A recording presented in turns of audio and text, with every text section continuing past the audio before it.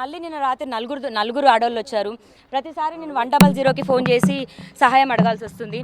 శేఖర్ భాషా అండ్ రాజ్ తరుణ్ ఇద్దరు కలిసి నా మీద ఇంత దాడికి చేస్తున్నారు. ఇంత కోర్టులో ఉన్న కేసుని మళ్ళీ నా మీద దాడికి ఎందుకు పాల్పడుతున్నారు? ఒక్కొక్క నిమిషం కూడా ప్రాణభయంతో బతకాల్సి వస్తుంది. ఇదే నార్సింగ్ పోలీస్ స్టేషన్లో గంట సేపు వెయిట్ చేస్తాను నేను. నాకు నిన్న కంప్లైంట్ చేశాను, అక్నాలజ్మెంట్ ఇచ్చారు, ఇప్పటి వరకు చర్యలు తీసుకోలేదు. ఇంకా నా ప్రాణం పోయాక తీసుకుంటారా? ఇప్పుడు నాకు వీళ్ళు రెస్పాండ్ ఇవ్వకపోతే నేను సిపి గారిని వెళ్ళి కలుస్తాను. దయచేసి మీరు రావాలి. నాకు మీడియా సపోర్ట్ తప్ప ఏ సపోర్టు లేదు. పోలీసులు కూడా నన్ను సేవ్ చేయట్లేదు. ఫిజికల్గా దాడి జరుగుతుంది నా పైన. నిన్న నలుగురు వచ్చారండి. నలుగురు వచ్చి మా ఇంట్లోకి రావడానికి ప్రయత్నించారు. నన్ను తోసేశారు. అయినా బలవంతంగా ఎంటర్ అవుతున్నప్పుడు మా డాడీ ఒక ఉమెన్ని బలవంతంగా బయటికి పంపించడం జరిగింది. ఇక్కడ ధర్నా, నా ప్రాణాలు ఇక్కడే వదిలేస్తానండి. ఇంకా వాళ్ళెవరో చంపే బదులు ఎలాగో చంపుతారు అని చెప్పినా వదలట్లేదు. ఇక్కడే ప్రాణాలు వదిలేస్తాను నేను. ఇంకా నేను